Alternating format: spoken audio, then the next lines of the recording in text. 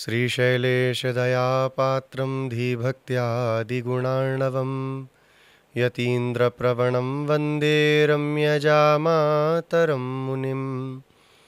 लक्ष्मीनाथसमारम्भां नाथयामुनमध्यमाम् अस्मदाचार्यपर्यन्तां वन्दे गुरुपरम्पराम्। अस्मद्गुरुभ्यो नमः, अस्मत्परम गुरुभ्यो नमः, अस्मत्सर्वगुरुभ्यो नमः। श्रीमते रामानुजाय नमः, अस्मद्गुरुपरम्परायै नमो नमः। जय श्रीमन्नारायण। आज हम लोग एक विषय को लेकर के समुपस्थित हुए हैं।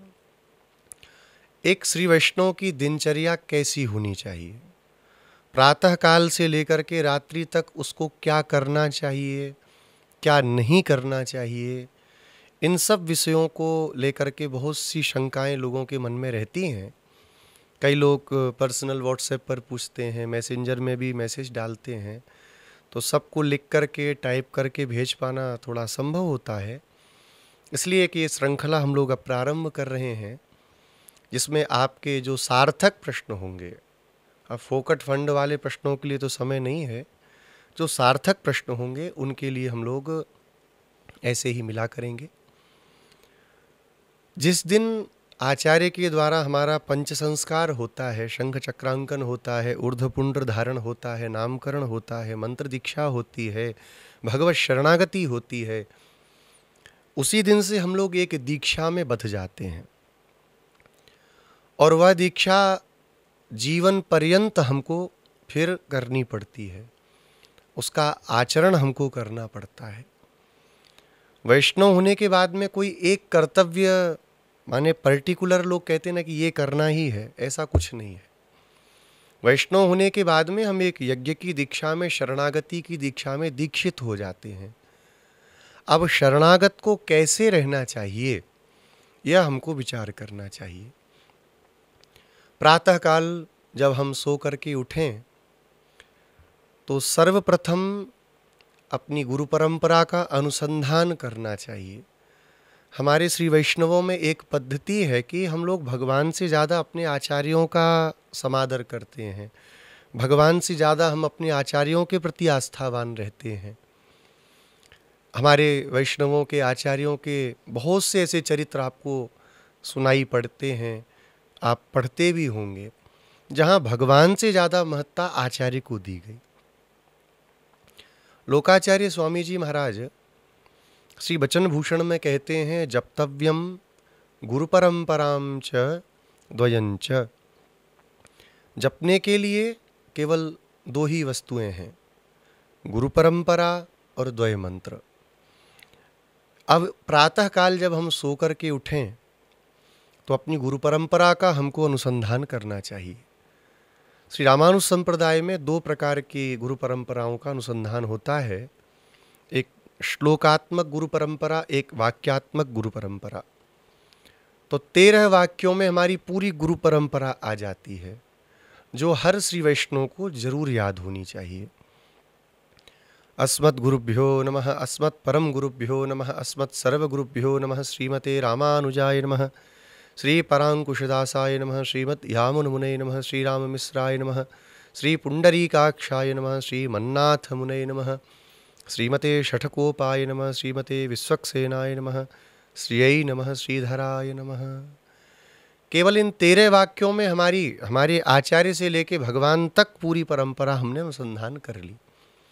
सुबेरे उठ करके सबसे पहले इस परंपरा को कम से कम तो करना ही चाहिए। बाकी जो श्लोकात्मक गुरु परंपरा है, सर्वदेश दशा काले से प्रारंभ होकर के अस्मद्देशिकमस्मदीय परमाचार्यान शेषान गुरून्, यहाँ तक अनुसंधान करे। फिर अपने आचार्य के तनयन पद्य का अनुसंधान करे। तनयन ये तमिल का शब्द है, इसका अर्थ होता है स्तुति पद्य। जैसे मैं अपनी कथाओं में सदा अपने स्वामी जी महाराज का स्तुति पद्य तनयन का पाठ करता हूँ, ऐसे जो हमारे आचार्य हैं उनका तनयन पद्य हमको आना चाहिए। कासाये विमले दधान मुरसी श्रीयज्ञ सूत्रम सितम भाले श्री सहितोर्ध्वपुंड्रतिलकम हस्ते त्रिदंडम वरम वेदांतद्वयसारबोधन चणम स्वाचार्य भक्तम यतिम वंदे वैष्णववृंदभूषणमहं श्रीदेवनारायणम्।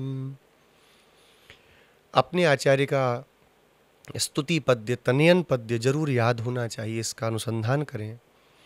फिर प्रातः काल में कर दर्शन के लिए स्मृतियों में कहा गया, तो सबसे पहले उठ कर के अपने हाथ का दर्शन करिए। कराग्रे वसते लक्ष्मी कर मध्ये सरस्वती करमूले तु गोविंदः प्रभाते कर दर्शनम। प्रभाते कर दर्शनम, कर का दर्शन करे।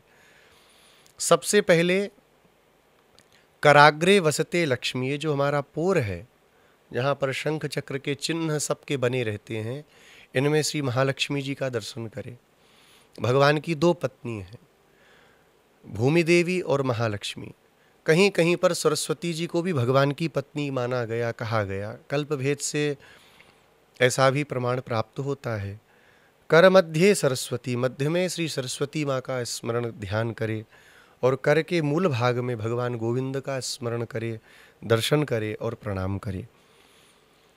इसके बाद भूमि देवी को, भगवान की जो तृतीय पत्नी हैं, पहली लक्ष्मी हो गई, दूसरी सरस्वती और तीसरी फिर भूमि देवी, इनको भी प्रणाम करे। सुबह से लेकर रात तक इनके ऊपर पादत्राण हम लोग करते हैं, चप्पल जूता लेके चलते हैं, थूकते हैं, मलमूत्र त्यागते हैं। तो कम से कम इतना तो कर्तव्य है कि प्रातःकाल माँ को प्रणाम करके क्षमा मांगे।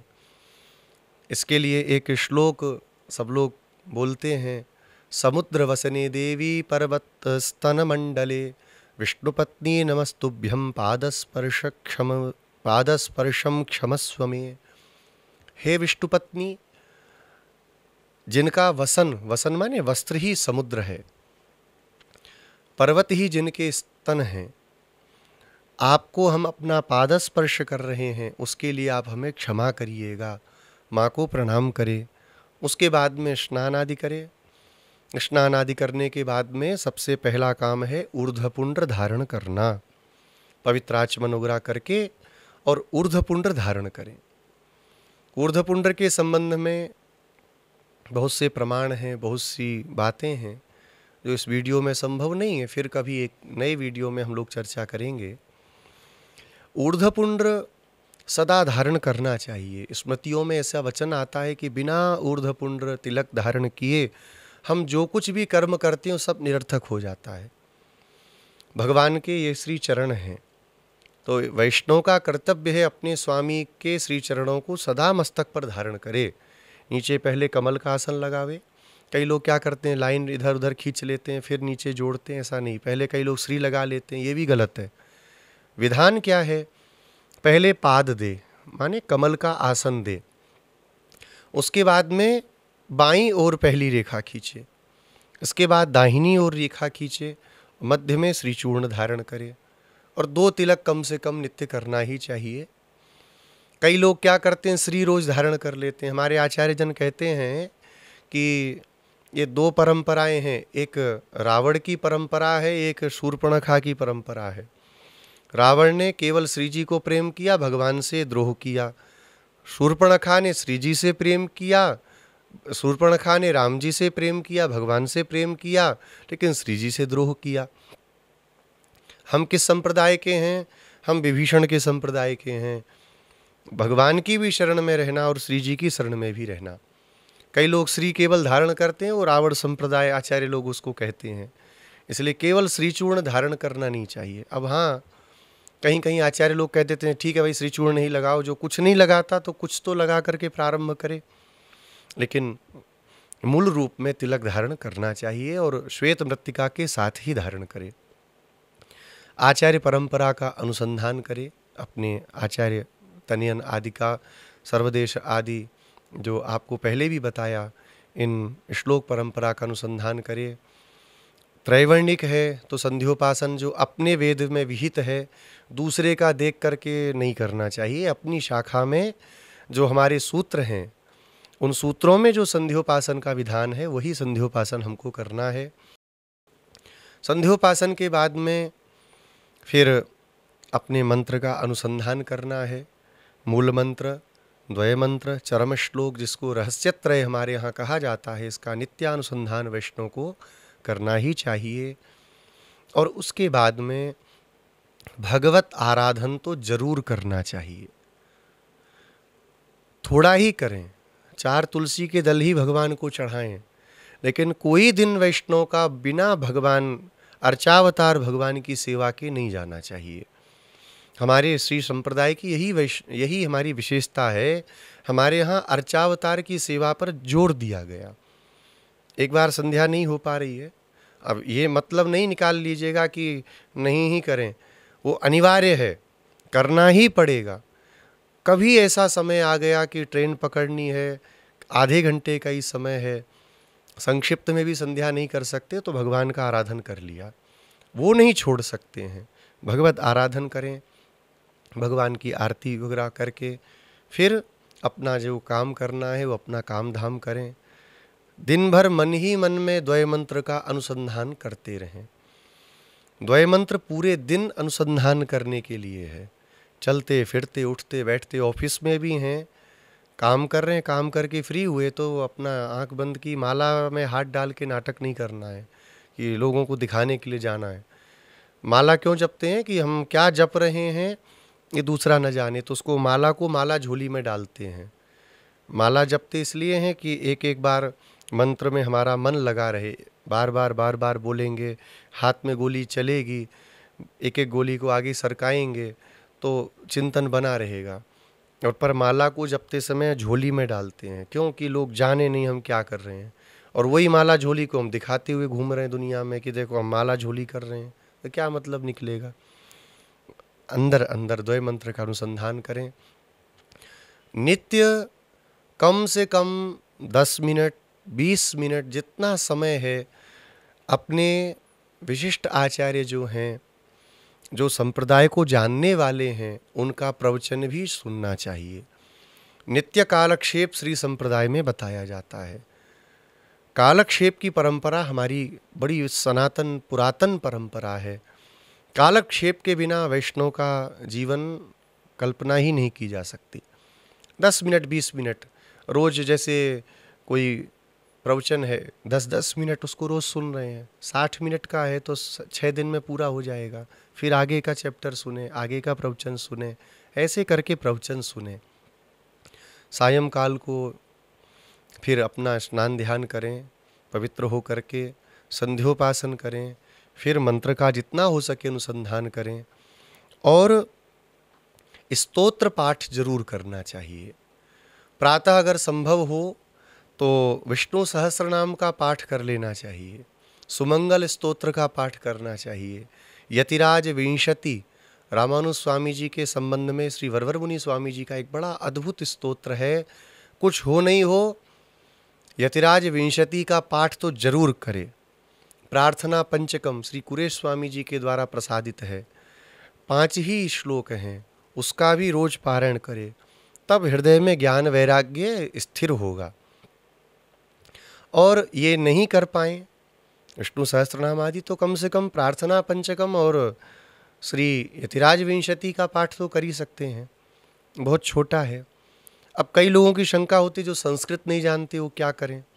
आप संस्कृत नहीं जानते तो आजकल तो ऑडियो में भी खूब आ रहा है, उसको बार बार सुने। अब अंग्रेजी भी तो कई लोग नहीं जानते, लेकिन अंग्रेजी सॉन्ग सब याद हो जाते हैं सुन सुन करके, तो बार बार जब प्रयास करेंगे तो संस्कृत भी आ जाएगी।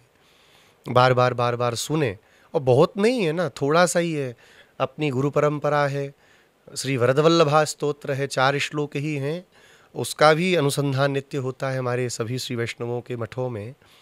गुरु परंपरा में अस्मद्देशिकमस्मदीय परमाचार्यान शेषान गुरुन, इसके बाद में कांतस्ते पुरुषोत्तम फणपति शय्यासनम वाहनम, यह यामुनाचार्य स्वामी जी के द्वारा प्रसादित स्तोत्र है। ये भी गुरु परंपरा में रोज बोलना चाहिए, क्योंकि श्री संप्रदाय है तो अपनी जो आद्याचार्या हैं उनका तो अनुसंधान करना ही पड़ेगा ना, तो इसको करे, तब फिर तनियन का पाठ करे। अब सायंकाल में स्तोत्र रत्न का, जिसको हम लोग श्री आलवंदार स्तोत्र कहते हैं, उसका अनुसंधान होना ही चाहिए। 3 मंत्रों में, पहले मंत्र में 8 अक्षर हैं, दूसरे मंत्र द्वय मंत्र में 25 हैं, तीसरे में 32 अक्षर हैं। सबको जोड़ लेंगे तो 65 अक्षर हो जाते हैं। और आलवंदार स्तोत्र में 65 ही श्लोक हैं, अर्थात वह मंत्रार्थ ही है हमारा। पहले के समय में आलवंदार जिसको नहीं आता उसको वैष्णव भी नहीं माना जाता था। श्री श्रीनिधि स्वामी जी महाराज एक बार प्रवचन में सुना रहे थे, दास ने सुना था, कांची प्रतिवाद भयंकर श्री गादी स्वामी अनंताचार्य जी महाराज जगन्नाथपुरी की यात्रा में थे, और जब अंतरंग गोष्ठी होती थी तो 2 वैष्णव द्वार पर खड़े हो जाते थे, और जब जो आता था उसको पूछते थे, कोई भी श्लोक आलवंदार का जो उनको आया वो पूछते थे, सुनाओ इसको, सुना दिया तो अंदर जाओ, नहीं भग जाओ यहाँ से, भले ही आपने 12 तिलक लगा रखे हों, तुलसी कमलाक्ष पहन रखी हो। आलवंदार स्तोत्र का पाठ जरूर करें। और उसके पूर्व में कुरे स्वामी जी के द्वारा एक बड़ा सुंदर स्तोत्र है पंचस्तवी में, श्री स्तव, उसका भी पाठ हमारे यहाँ वैष्णव लोग करते हैं, उसको भी कर सकते हैं। बार बार जब सुनेंगे तो अपने आप याद हो जाएगा। आजकल यूट्यूब पे कई आचार्यों ने बड़ा सुंदर सुंदर उसको डाला हुआ है, तो बार बार सुन करके याद हो जाएगा। फिर भगवान का आराधन सायंकाल का करें, भगवान को भोग लगावें, भगवान को चढ़ा हुआ प्रसाद ही पावें। हमारी जो 11 इंद्रिय हैं, इसमें सबसे बदमाश इंद्रिय है ये रसनेंद्रिय। ये जीव को अगर वश में कर लिया तो सब वश में हो जाएगा। इसको वश में करने का उपाय क्या है?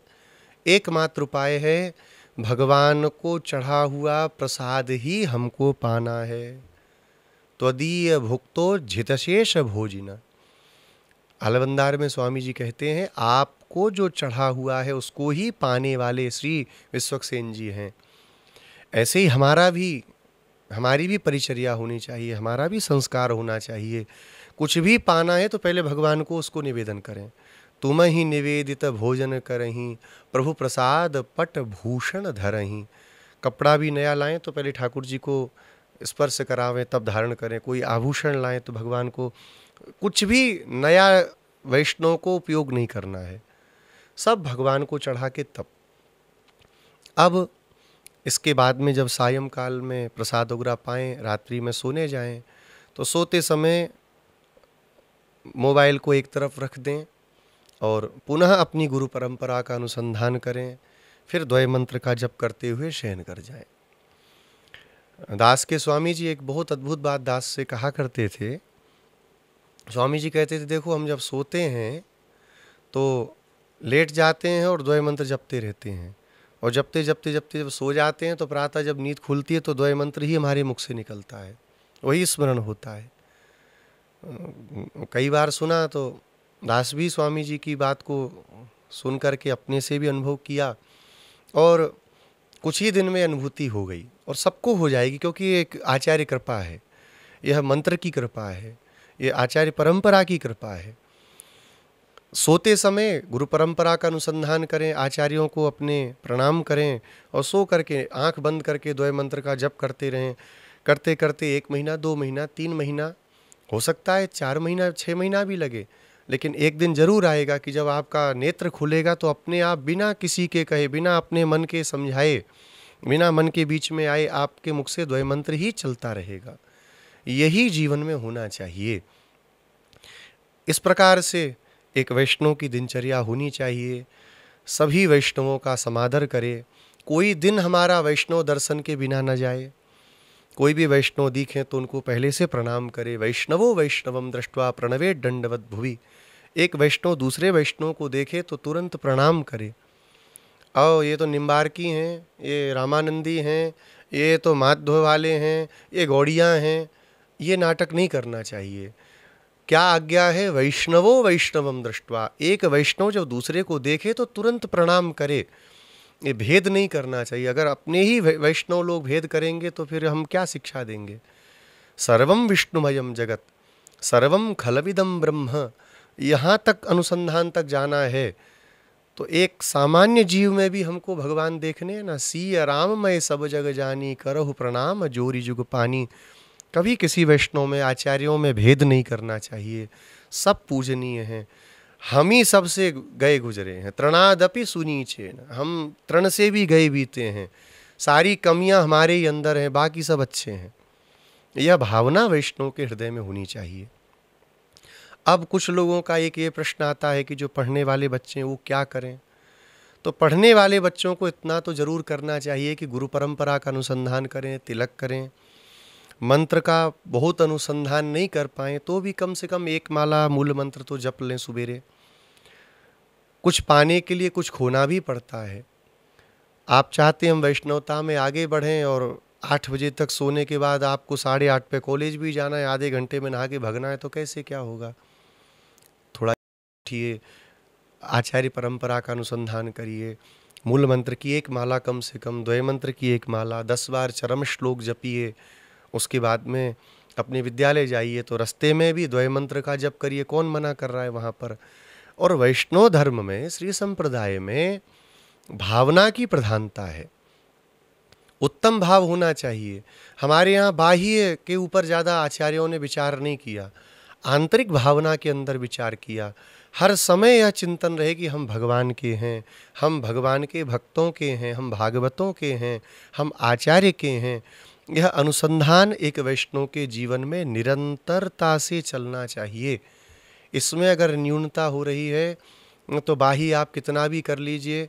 कई लोग हैं रोज़ 12 तिलक करते हैं, तुलसी कमलाक्ष की माला पहनते हैं, लेकिन अहंकार इतना है, घमंड इतना है कि अन्य वैष्णवों का तिरस्कार करते हैं। जो नए नए वैष्णव हैं उनको देख करके अनुष्ठानहीन है, इनको कुछ नहीं आता जाता। ये जैसे ही आपने ए किया उधर से परमात्मा करते हैं ए, आपको भी ए कर देंगे परमात्मा। वो भगवान के हैं। और देखिए, किसी पिता का कोई लड़का भले ही नालायक निकल जाए, पर उस लड़के को अगर कोई अपशब्द कहता है तो पिता पहले खड़ा हो जाता है आकर के। ठीक इसी प्रकार से अगर कोई वैष्णव स्वरूप से च्युत भी हो रहा है, तब भी उसमें दोष दर्शन अगर हम करते हैं तो भगवान नाराज होते हैं। अपने अंदर दोष दर्शन करिए, किसी दूसरे वैष्णव में दोष दर्शन करने की आवश्यकता नहीं है। वो क्या कर रहे हैं वो जाने, ठाकुर जी जाने, हमें क्या लेना देना, हम क्या कर रहे हैं ये हम जाने। यही एक वैष्णव की दिनचर्या है।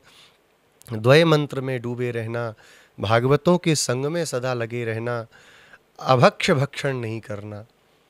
प्याज, लहसुन, गाजर, सफ़ेद बैंगन, मसूर की दाल, ये सब जो निषेध है उसको कभी भी नहीं लेना चाहिए। अब इसमें लोगों का मुंह बन जाता है, झगड़ा करने लगते हैं। 5 साल के ध्रुव जी ने सब छोड़ दिया, घर परिवार, माँ पिता सबको त्याग के मधुवन चले गए। भगवान को पाने के लिए कितना बड़ा परिश्रम किया, सब त्याग दिया, और यहाँ जीव का स्वाद नहीं छूट रहा। कहते हैं वैकुंठनाथ भगवान मिलेंगे। वो पुंगल है क्या वो, कि कहीं भी हाथ पसारा वृंदावन में और पुंगल मिल गया दोने में। भगवान का मिलना, भगवान के परम पद का अनुभव होना, ये बहुत कठिन बात है। रामानुज स्वामी जी ने सुलभ कर दिया, लेकिन रामानुज स्वामी जी की आज्ञा के बिना अंदर घुसने नहीं दिए जाएंगे। हम बन के तो चले जाएंगे कि हाँ हम रामानुज स्वामी जी, रामानुजांघ्रि शरणोस्मि, हम उनके हैं। भगवान पूछेंगे रामानुज स्वामी से आपके हैं? स्वामी जी कहेंगे नहीं नहीं, इसने कभी कुछ किया नहीं, वैष्णवों में दोष किया, कभी तिलक नहीं करता, कभी मंत्रानुसंधान नहीं किया, स्तोत्र पाठ नहीं किया, ये हमारा नहीं है। तो वहीं ऊपर से ही फेंकेंगे नीचे।